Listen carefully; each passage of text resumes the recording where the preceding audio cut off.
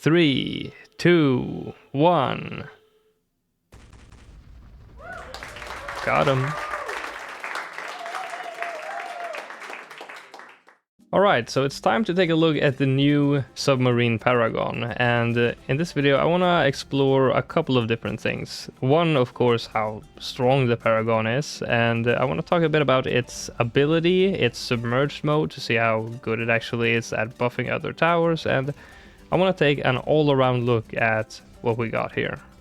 Alright, so I'm sitting here gathering some pops and some money and placing a couple of these Paragon totems, because I think the first thing I want to check out is just the degree 100 on its own, see how strong that is, and then after that I would like to basically test the same thing, but with getting all of these submarines back to see how strong the buff really is on these guys. Alright, so I'm sitting here reading, and apparently the buffs that it gives does not depend at all on the degree, and the buffs it gives to submarines is 7 times the damage and 3 times the pierce to all of the submarines in its range, and it does not apply to the first strike ability. And for heroes, that's not 7 times, that's 5 times the damage for them, 3 times the pierce, that's the same, and 150% attack cooldown, so that's actually slowing down the rate of attack by 33% for heroes. That's kind of interesting. We're gonna get to the heroes in a moment though. We're gonna go ahead and start off with testing it out on its own and then with the submarines. In terms of ability cooldown reduction, it does work on Paragons, but it's not the normal, 20%. It's just 10%, and it's only for Paragons in range, but it is something. I wonder how useful that's gonna be though, because it's not every time you can place a Paragon in the range of a submarine Paragon, and if you can, that might really compromise the position of that Paragon. And I mean, it's not every Paragon that has an ability either. So I mean, how big of a deal is that 10% cooldown reduction in range for Paragons? I don't know. Alright, as this round ends, I'm gonna just make the Paragon and see where we're at the moment. Let's take a look. Max sacrifices. Oh, we got it already. Okay. I'm gonna place a couple of darts all around. Remember to get the increased range and camo detection. Something that a lot of people has pointed out already is that using the ability will, completely disable the Paragon for like 15 seconds or whatever, which means it's not going to be able to get very far solo if you're going to use the ability. But also something that a lot of people has pointed out is that if you're up against like a single target, like round 200 bad or something, a lot of the time it's going to be better to just not use the ability and just let the tower do raw damage rather than using the ability. Send it out again, and we're going to trigger the ability. Alright, so looking pretty good. Last time we got 344.5, and this time, okay, it actually is better. I might have to cut that into an earlier part of the video where I was, pretty sure that this was not the case. I wonder if this is something that they changed, because in the early access videos from the other YouTubers, wasn't it the opposite of this? Is this something that they changed before releasing it, perhaps? But despite any potential shortcomings of this Paragon, I am super excited for its release, and I think it looks beautiful, and I am so excited to have another water-based Paragon, because we do a lot of late game challenges, different variations with very limited space. A lot of them are water only, and having another water Paragon is it's gonna be so much fun using it.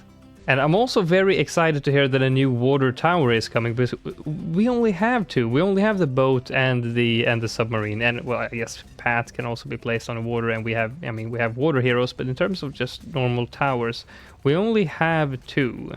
And we're getting a third one, and it's not going to be in the military category. And I think that's a great move, and I'm really looking forward to that too. But that's pretty far in the future. Degree 100 nuke. Is that going to target first or strong? Both. Okay. Something to give props to is the visuals. The countdown, the sounds. It's all so good. It's just that, it builds up. It's so good at building up expectations, but then the damage doesn't quite live up to it. One thing I will say though is to the people who are saying the Paragon is a bit weak, I think that might not be a very correct statement, because the cost of this is what? I mean, we're on easy mode now, so it's only 340, but what is it in medium mode? I think it's like 400, right? Give me a second. Yeah, so it's 400k on medium mode, which is, you know, pretty cheap. It's, you know, somewhere there in the middle. It has global range, although it cannot see over obstacles like the Ace can, but I mean, still global range and some support benefits, although you have to submerge it to get those. I mean, we're gonna take a look at everything and sort of summarize it at the end. So I mean, looking at this round, we could definitely beat this if we use the ability with, you know, good timings. But I think I'm just not gonna do that. Just go ahead and place the subs. Alright, I'm gonna be honest with you. I kind of forgot about the fact that to give the buff, this guy has to be submerged, so we're not gonna have this guy attacking, we're just gonna have the buffed submarines, and how in the hell are they gonna stand a chance? But how is this buff supposed to be used then, if it's only when the Paragon is submerged? But I mean, they're actually not doing too shabby, right? I mean, actually we are using Homeland, and they're kind of... I mean, we can use this ability, even though it is submerged, we can do that. And the buff is still active. That was very close. Also, I want to give a big fat disclaimer that all that I'm talking about is just speculation. We're gonna have to wait, like, for example, how is this gonna play versus bosses and whatnot? I do not know, because, I mean, I am not an expert boss player, so all of this is just speculation. We'll have to obviously wait and see how this plays out. Like, the problem with this is that I'm doing this all on the fly, and I don't really know what it is I'm comparing, right? What am I comparing this to? Like, how is this a fair comparison, and what kind of, like, real play scenarios am I testing for here? So I mean, yeah, doing something like this, yeah, it's strong, but I mean, when would you do this? I think we're gonna go ahead and skip to whatever I'm gonna test next. Alright, so this is level 1 Adora with Monkey Knowledge turned completely off, doing 5 damage per shot. 1 base damage times 5, according to the wiki, is 5, with the buff right here, as to be expected. Although if I go ahead and turn Monkey Knowledge back on and go back into Sandbox, we see that non-buffed, she does 3 damage per, which, by the way, is because of, you know, there's a Monkey Knowledge that gives you extra damage for Moabs and, you know, whatnot, several reasons. Anyway, it doesn't matter. What does matter, however, is the damage it's going to do now. It's not going to be 3 times 5 equals 15, it's only going to be 7. And that is because the multiplier apparently only applies to the base damage and not to anything else. Let me show you why this is important here. I'm gonna place her down again, get her to max level, and I'm going to transform her as well. Give me that. Like so. And then we're gonna send out a round 245 bad, and we're just gonna let it go and see how many pops she gets. Alright, so that's 8,880. That's easy enough to remember. So, receiving the buff, you would expect that there would be a ton of more damage, but also remember that this will slow down the attack speed of the hero. It doesn't do that to the subs, but only to heroes.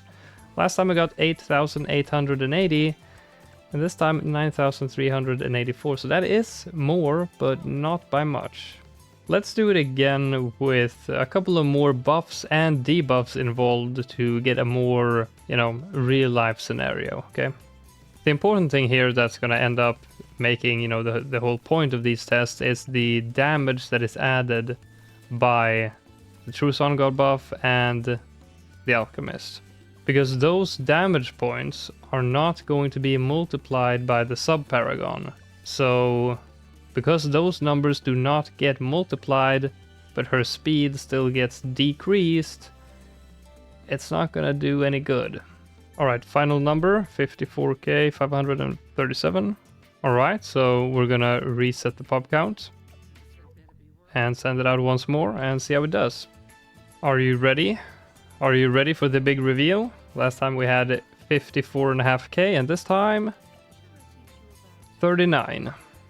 Wow, that is not good at all.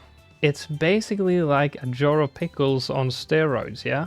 It's just like the jar of pickles. I mean, you wouldn't use a jar of pickles on any tower. You only use it on like stuff like the tax zone or whatever. Thing with low damage projectiles, you know, and a lot of them that shoots very fast. But also, I mean, when do you use jar of pickles? Do you ever use jar of pickles like when you already have something super buffed? No, because then it just does more harm anyway. So the only time you really use this buff is when you have money enough to have a lot of other buffs anyway, right? So like in terms of buffing heroes, I mean, is there any hero that actually benefits? I mean, what heroes do a lot of low damage attacks? Do we even have any? Like, obviously, if we took the Pierce into consideration, you get 3 times as much. Obviously, the buff would be... It would mean that the buffed version would be a lot stronger, for sure. But the reason that that's not the test that I'm doing is because whether I'm playing late game or bosses, I don't think that would be something that I cared about getting, you know, too much. I would not trade damage for Pierce. And as for the last part there, it does reduce the cooldown for Paragons. Let me just show you that it does. There it is. At the moment, I don't know how useful this 10% reduction is going to be, but think about the future. We have a lot of Paragons to go to be added into the game, and I think the power of the submarine Paragon, the usefulness of its support, is only going to increase with time. Jumping back into my old game that I had going here, a few final thoughts. I'm not gonna say things like, I think this should be changed, or that was a bad thing, that was a good thing, because it's so early on, but I will say that there are a few things that confuses me. So earlier in the video, one of the things that confused me was that the single target damage would be better if you didn't use the ability at all.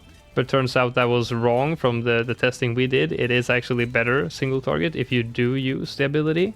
And that might be something that changed from the early access videos of the other YouTubers until release, because unless I'm losing my mind, I seem to recall that more than one of those YouTubers said that they were surprised by the fact that, you know, it was better to just not use the ability.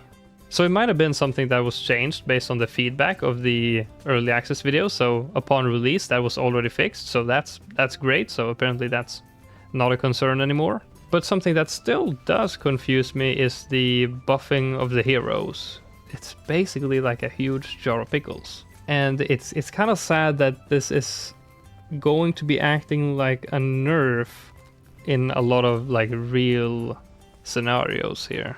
So I mean, I guess what I would do is probably just change it from a 5 times base value to a 2 times overall damage, or perhaps just remove the attack speed nerf and lower the base value multiplier slightly. I don't know. And again, maybe I'm just being too fast with throwing my thoughts out there. Maybe I haven't thought of every scenario. Maybe there is some obvious great use cases for this buff that I am not thinking about. Overall, I think it's great, and it's going to be super fun using it. The only thing that confuses me is the buffing of the hero part. Other than that, I think it's going to be an awesome Paragon to use for me, because I am going to be a person who's going to be using this Paragon very often in my videos. So I think that's it for me when it comes to my initial thoughts of the Paragon. I hope to see a lot of discussion in the comments and perhaps some corrections if I said anything that was not correct. Alright, let's finish this video by nuking it.